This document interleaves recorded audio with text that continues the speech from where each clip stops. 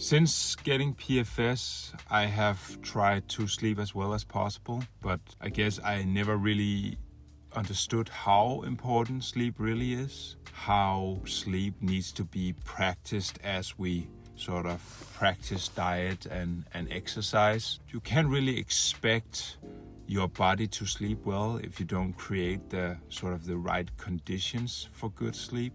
And I think this is especially important to talk about because I see so many PFS patients experiment with supplements and hormones, and they forget how sleep is really the most powerful sort of recovery tool your body has. REM sleep, deep sleep, is critical for getting rid of toxins, rebalancing hormones, testosterone, cortisol. And without restorative sleep, our body will naturally struggle to recover. I know that sleep is very difficult with PFS, but even if we can just improve our sleep with 5 or 10%, just imagine what that difference could make for us. It's actually probably the most important thing that we can focus on as PFS patients, and I just wanted to talk briefly about that. I take 2 milligrams of melatonin, and I also take magnesium at 9 p.m. to help with sleep regulation. I bought a good bed, very important, and a good pillow. I sleep in a dark and cool room. I sleep with earplugs and sleeping mask. I follow a strict routine, shut off screens at 9 p.m. and I read from 9:15, 9:30 p.m. and I go to bed no later than 10:15 p.m. I wake up at around 7 a.m. every morning. By the way, I should note that I'm very lucky that my wife, she is taking care of the kids at night so I can focus on my sleep. I've also blocked apps such as WhatsApp and SoMe apps from 8 p.m. This is to reduce stress and clear my mind before going to bed. I use a Whoop tracker. This has really been a game changer. It helps me to track my sleep, monitor my sleep intervals, my sleep efficiency.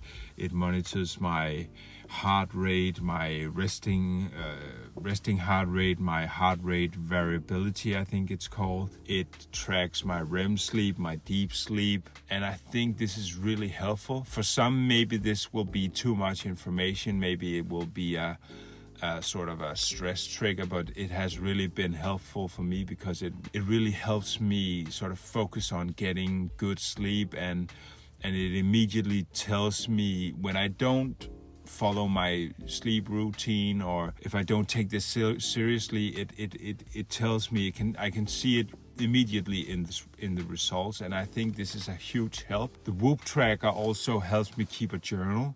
I can log all the little things that I do, take melatonin, magnesium, wear a sleep mask. It can sort of compare all these inputs to my sleep quality, and it can, over time, it can tell me how they sort of impact my sleep quality. My sleep isn't perfect yet, but it's more consistent. My schedule is better. My resting heart rate has dropped, my recovery has improved, and my deep sleep, my REM sleep have increased. I used to wake up completely exhausted with muscle cramps, brain fog, fatigue, but now I actually have a bit more energy in the mornings. I am far from normal, but I feel that I'm moving in the right direction. I still have bad days with no energy. And so this is by no means a cure or anything, but I think that it has a very big impact on my general well-being. I also train 3 to 4 days a week. I'm about to go train now actually, and I usually run one short run a week also. I eat healthier. I cut out sugar, alcohol, caffeine, reduced intake of carbs, and this probably also helps my sleep.